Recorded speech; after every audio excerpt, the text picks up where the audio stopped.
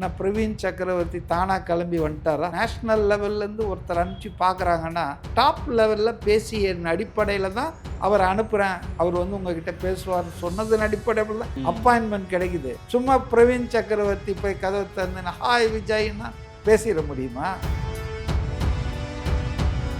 2016 தேர்தலில் 41 தொகுதியில் காங்கிரஸ் போட்டி போட்டு 2021 அதை 25 கட் பண்ணிச்சு திமுக. இப்போ 2026 அந்த 25 கிடைக்குமான்றதே சந்தேகம். ஸோ காங்கிரஸ் கொஞ்சம் முன்னெச்சரிக்கையாக என்ன பண்ணுதுன்னா, எனக்கு தெரிஞ்ச தகவல் 40 சீட்டு கேட்டிருக்காங்களாம், ப்ளஸ் ஆட்சியில் பங்கு கேட்டிருக்காங்க. ப்ளஸ் கேரளாவில் வந்து பிரச்சாரம் செய்து கொடுக்கணும். கேரளா மட்டும் இல்லை, பாண்டிச்சேரி, ஆந்திரா, கர்நாடகா, தெலங்கானா, இது எல்லாத்துலேயுமே விஜயால் 5%லேருந்து 10% ஆதரவு அதிகமாக காங்கிரஸ் கூட்டணி கொண்டு வரும். திமுகவால் என்ன பண்ண முடியும்? உங்களுக்கு தெரிகிற இந்த சின்ன விஷயம் தமிழ்நாட்டில் இருக்கிற செல்வ பெருந்தகைக்கோ சிதம்பரத்துக்கோ தெரிய மாட்டேங்குது. ஏன்னா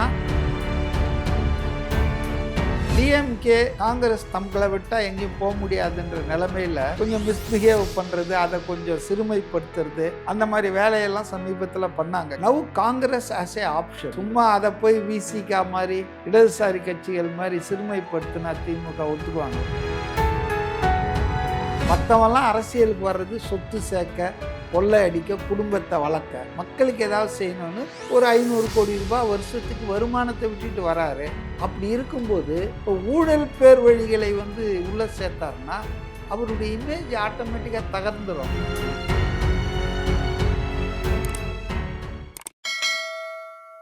அரரூட்ஸ் நேயர்களுக்கு வணக்கம். இன்றைய சிறப்பு நேர்காணலில் அரசியல் விமர்சகர் மதிவாணன் அவர்கள் தான் இணைஞ்சிருக்காரு. சார் வணக்கம். சார் வணக்கம்.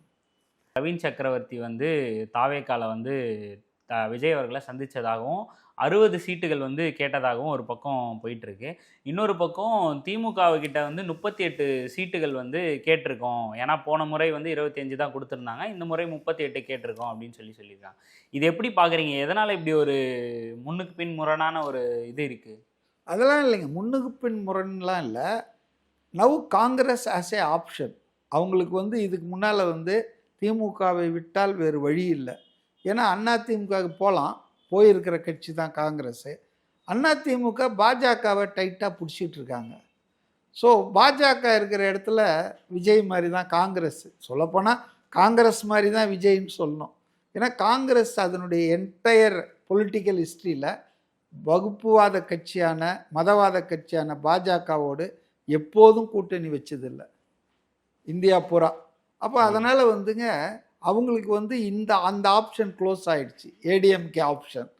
டிஎம்கே காங்கிரஸ் தங்களை விட்டால் எங்கேயும் போக முடியாதுன்ற நிலைமையில் கொஞ்சம் மிஸ்பிஹேவ் பண்ணுறது, அதை கொஞ்சம் சிறுமைப்படுத்துறது, அந்த மாதிரி வேலையெல்லாம் சமீபத்தில் பண்ணாங்க. காமராஜரை கூட கொஞ்சம் ஒரு மாதிரி பேசி காங்கிரஸில் பெரிய எதிர்ப்புலாம் வந்தது. ஸோ 2016 தேர்தலில் 41 தொகுதியில் காங்கிரஸ் போட்டி போட்டுச்சு. 2021 5 வருஷம் கழிச்சு அதை 25 கட் பண்ணிச்சு திமுக. இப்போ 2026 அந்த 25 கிடைக்குமான்றதே சந்தேகம். 15 ஆக்கணும்னு கூட முயற்சி பண்ணலாம்.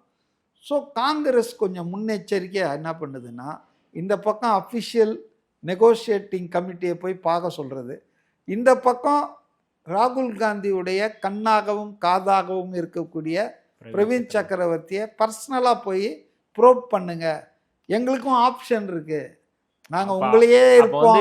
திமுகவிடம் கூட்டணி பேரம் பேசுவதற்காக தான் தாவேக்காவிடம் இது பண்றாங்க. இல்ல ஒருவேளை பார்கெனிங் இல்லை அப்படி கிடையாது. பார்கெனிங் எல்லா பொலிட்டிக்கல் பார்ட்டிஸ் இதை செய்கிறது தானுங்களா, அது ஒன்றும் தப்பு கிடையாது.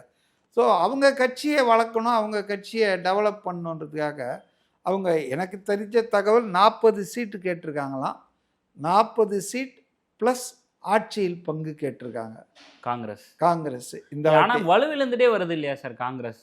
வலுவிழந்ததுன்றது வந்து எந்த கட்சி ரொம்ப வலுவாகவே இருந்திருக்குதுன்றோம். தனித்தனியாக நின்னாதாங்க அது தெரியும்.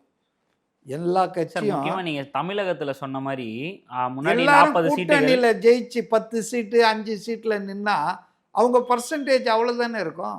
இப்போ நீங்கள் ஒரு 100 சீட்டில் நின்னீங்கன்னா அப்போ உங்களுக்கு பர்சன்டேஜ் தெரியும். அதனால் வந்துங்க வலுவிழப்பது. இப்போ நான் ஒரு விஷயம் சொல்கிறேன், திமுக வந்து ஒரு எம்எல்ஏ 2 எம்எல்ஏ இருந்த காலங்கள் இருந்தது இல்லையா? கருணாநிதி இருந்த போதே 2 எம்எல்ஏ இருந்திருக்குது திமுகவுக்கு 234 சட்டமன்றத்தில். ஒரு எம்பி கூட இல்லை 39 நாடாளுமன்றத்தில் திமுகவுக்கு. 0. இப்போ பழனிசாமி இருக்கார் இல்லையா, அதே மாதிரி கருணாநிதி இருந்திருக்கிறாரு.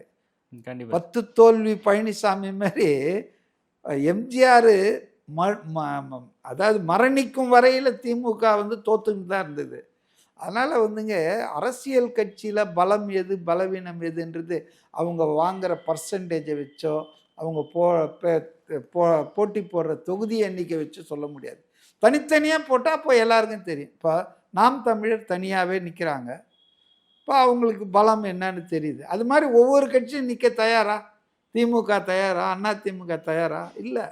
அவங்க 10 கட்சியை 8 கட்சியை வச்சுக்கிட்டு எல்லார் ஓட்டையும் வாங்கிட்டு நான் தான் பெரிய கட்சின்னு சொல்கிறாங்க.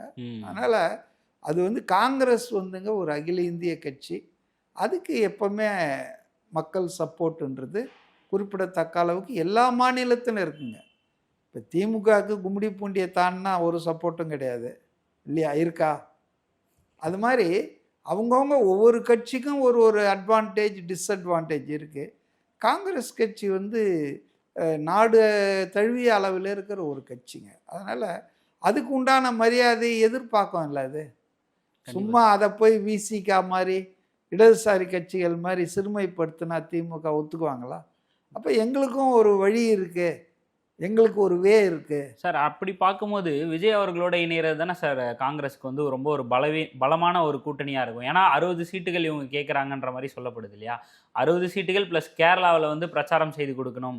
ஏன்னா விஜய் அவர்களுக்கு கேரளா மட்டும் இல்லை, பாண்டிச்சேரி, ஆந்திரா, கர்நாடகா, தெலங்கானா இது எல்லாத்துலேயுமே விஜயால் 5%லேருந்து 10% ஆதரவு அதிகமாக காங்கிரஸ் கூட்டணி கொண்டு வர முடியும். திமுகவால் என்ன பண்ண முடியும்? வடநாட்டில் காங்கிரஸ் ஆதரவை குறைக்க முடியும். பிஜேபி இவங்க பேசுகிறதெல்லாம் கொண்டு போய் அங்கே பேசி காங்கிரஸ் இவங்களோட தான் இருக்குதுன்னு சொல்லி காங்கிரஸுக்கு எதிரான மனநிலைக்கு மக்களை திருப்பிட்டு இருக்கு. ஸோ டிஎம்கேவால் காங்கிரஸுக்கு உண்மையிலே பிரயோஜனம் இல்லை. ஆனால் உங்களுக்கு தெரிகிற இந்த சின்ன விஷயம் தமிழ்நாட்டில் இருக்கிற செல்வ பெருந்தகைக்கோ சிதம்பரத்துக்கோ தெரிய மாட்டேங்குது. ஏன்னா அவங்க ஜெயிக்கிறதுக்கு திமுக வேணும்னு நினைக்கிறாங்க. இதே கன்னியாகுமரி டிஸ்ட்ரிக்ட்ல இருக்கிற காங்கிரஸ்காரங்களுக்கு அவங்களுக்கு சுயமா ஜெயிக்கிறாங்க, அவங்க தன் பலத்துல ஜெயிக்கிறவங்க. அதனால அவங்க திமுக விமர்சனம் பண்றாங்க. பட் செல்வ பெருந்தகை என்ன சொல்றாரு? யாரோ போய் பார்த்தாங்கன்றாரு. எங்களுக்கு தெரியவே தெரியாது. இதை பாருங்க, இவருக்கு என்ன, இவர் என்ன ஆல் இண்டியா நிர்வாகியா? இவர் தமிழ் மாநிலத்தில் ஒரு ஸ்டேட் பிரசிடென்ட்டு இருக்கிற வரைக்கும் இருக்க போகிறாரு. எடுத்துட்டாருன்னா மல்லிகார்ஜுனா கார்கே நாளைக்கு இவரை மாற்றிட்டாருன்னா இவர் என்ன பண்ணுவார்? ஸோ சச்சிய பவர்லெஸ் சுச்சுவேஷனில் செல்வ பெருந்தகை இருக்கார். அவர் வந்து ஒரு நேஷ்னல் லெவல்லேருந்து ஒருத்தர் அனுப்பிச்சு பார்க்குறாங்கன்னா என்ன பிரவீன் சக்கரவர்த்தி தானாக கிளம்பி வந்துட்டாரா?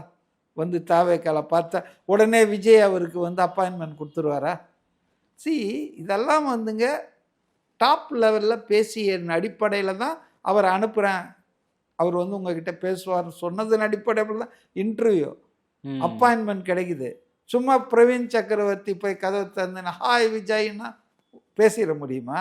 அதுவும் தமிழ்நாடு அரசியலை பற்றி பேசணும்னு சொல்கிறாரு பிரவீன் சக்கரவர்த்தி. அதனால் செல்வ பெருந்தகைக்கெல்லாம் வந்து கொஞ்சம் பயம் வந்துடுச்சுங்க திமுக விட்டுட்டு கூட்டணி. ஏன்னா அந்த கூட்டணியால் ஆதாயம் பெறுகிறவர்கள் அவங்க சுய ஆதாயத்துக்காக கட்சி நலன் கட்சி எதிர்காலத்தை பற்றிலாம் சில காங்கிரஸ் தலைவர்கள் இது பண்ணுறதில்ல, கவலைப்படுறதில்ல. நமக்கு ஆதாயம் இருக்கா, நமக்கு இதனால் இந்த ஆட்சியால் ஏதாவது இருக்கா, அப்படி தான் பார்க்குறாங்க தவிர காங்கிரஸ் கட்சியை வளர்க்கணும், அந்த ஐடியாலஜியை இது பண்ணணும், இன்றைக்கி புதிய தலைமுறைகிட்ட கொண்டு போகணும் அப்படிலாம் அவங்க நினைக்கிற மாதிரி தெரியல. தாவேகாவுடன் காங்கிரஸ் கூட்டணி வைக்கும் பட்சத்தில் வந்து என்ன மாதிரியான விஷயங்களை எதிர்பார்க்கலாம்? ஏன்னா டிடிவி உள்ளே வர மாதிரி இருக்குது அப்படின்ற மாதிரியான ஒரு பேச்சும் போயிட்டு இருக்கு. ஸோ முதல்ல அத்தைக்கு மீசை முளைக்கிட்டோம், அப்புறம் சித்தப்பாவா பெரியப்பான்னா பேசலாம். டிடிவி எல்லாம் உள்ளே சேர்க்க மாட்டாங்க. ஏன்னா விஜய் அவர் தொடர்ந்து விஜய் அவர்களை பாராட்டும் வகையில் அவர் சொல்கிறாருங்க. விஜய் ஏதாவது சொல்லியிருக்காரா? விஜய் ஏதாவது சொல்லியிருக்காரா? இல்லை. அதாவதுங்க விஜயனுடைய மெயின் அட்வான்டேஜ் என்னன்னா அவர் மேலே எந்த குற்றமும் குறையும் ஊழலும் புகாரும் இல்லைங்க. அதுக்கு காரணம் அவர் இது வரைக்கும் எந்த ஆட்சி அதிகாரத்தில் நிர்வாகத்தில் இருந்ததில்லை. பொது வாழ்க்கையில் அவர் மேலே நல்ல மதிப்பு தான் இருக்குது. க்ளீன் மேன் அப்படின்றது. இந்தியாவிலேயே அதிக வருமான வரி கட்டுறது ஷாருக் கானுக்கு அப்புறம் இவர் தான். அமிதாப் பச்சன் இல்லை, ரஜினிகாந்த் இல்லை, கமல்ஹாசன் இல்லை, பிரபாஸ் இல்லை, வேறு யாரும் கிடையாது, விஜய் தான்.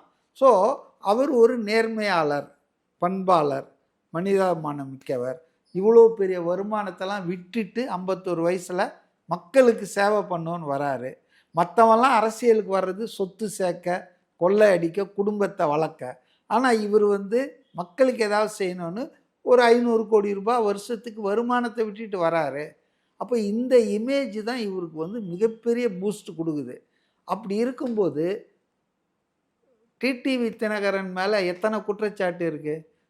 ஆர்கே நகரில் என்னென்னப்போ 20 ரூபாய் நோட்டு டோக்கன் கொடுத்துட்டு ஏமாத்தினவர். இரட்டை இலை சின்னத்தை தேர்தல் ஆணையத்தில் வாங்கிறதுக்கு தேர்தல் ஆணைய அதிகாரிகளுக்கு லஞ்சம் கொடுத்தாருன்னு திகார் ஜெயிலில் அரெஸ்ட் ஆனவர். ஸோ அதனால் அவரை பொறுத்த வரைக்கும் ஊழல் பேர் வழி. அவர் ஓபிஎஸ் ஊழல் பேர் வழி, இபிஎஸ் ஊழல் பேர் வழி. இப்போ ஊழல் பேர் வழிகளை உள்ளே சேர்த்தாருன்னா அவருடைய இமேஜ் ஆட்டோமேட்டிக்காக தகர்ந்துடும். தாவேக்காவும் ஒரு மாமூல் கட்சி தான்யா, இங்கேயும் அதிகாரத்துக்காக என்ன வேணால் பண்ணுவானுங்கயா. அப்போ நீங்கள் ஊழலற்ற நிர்வாகம் கொடுப்பேன், காமராஜர் எங்கள் கொள்கை தலைவர்னு சொன்னால் எதுக்காக காமராஜரை கொள்கை தலைவனுங்க? எளிமை, பொது வாழ்க்கையில் நேர்மை. சாகும்போது சில ரூபாய் தான் வச்சுன்னு செத்தார் காமராஜர். குடும்பத்தை அவர் வளர்த்ததில்லை, குடும்பத்தை பார்த்ததில்லை. அப்போ அப்படிப்பட்ட ஒரு காமராஜரை நேர்மையான நிர்வாகம், ஊழலற்ற நிர்வாகத்துக்கு அடையாளமாக கொள்கை தலைவரை வச்சுட்டு நீங்கள் டிடிவி தினகரனையும் ஓபிஎஸ் எல்லாம் வச்சுட்டிங்கன்னா, சசிகலாவெல்லாம், அது எப்படி ரசிப்பாங்க ஜனங்க? அதனால் அந்த தப்பை விஜய் பண்ண மாட்டார்னு நான் நினைக்கிறேன்.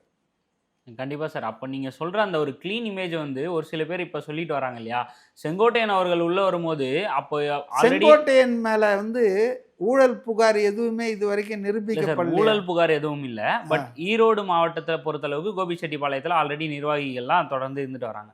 ஸோ இந்த மாதிரியான ஒரு பெரிய ஆள் வரும்போது ஆட்டோமேட்டிக்காக அவருக்கு தான் எல்லா பொறுப்புன்ற மாதிரி போயிடுது. ஸோ அப்போ கீழே இவ்வளோ நாள் உழைச்சவங்க எல்லாம் பாதிக்கப்படுறாங்களே அப்படின்ற மாதிரியான விஷயமும் சொல்லுங்கள். என்ன பாதிக்கப்படுறாங்க? யாருக்கிட்டாவது பதவி இருந்து பிடிங்கிட்டாங்களா? அதாவதுங்க, செங்கோட்டையன்றவர் வருகை என்பது அந்த கட்சிக்கு மாநில அளவில் ஒரு பெரிய வீச்சை ஏற்படுத்தியிருக்கு. விஜய் போன்றவர்களுக்கு செங்கோட்டையனுடைய நீண்ட கால அரசியல் அனுபவம் பயன்படும். இந்த கட்சி ஆளுங்கட்சியாக வருவதற்கு அது உதவலாம். மாநில வாரியான தேர்தல் சுற்றுப்பயணங்களை விஜய் வடிவெடுத்து அதை கொண்டு போகிறதுக்கு வெற்றிகரமாக ஜெயலலிதா கிட்ட இவர் பண்ணதெல்லாம் அனுபவம் இருக்குது. ஸோ இது முக்கியமாக இல்லை அந்த ஈரோடு மாவட்டத்தில் ரசிகர் மன்றத்தில் இருந்தவன் எம்எல்ஏ ஆகிறது முக்கியமாக? விஜய் முதல்வர் ஆகிறது தானேங்க இன்றைக்கி முக்கியம். அதை தானே தாவேகா ரசிகர்கள் அல்லது கட்சி உறுப்பினர்கள், விஜயுடைய ஆதரவாளர்கள்லாம் விரும்புவாங்க.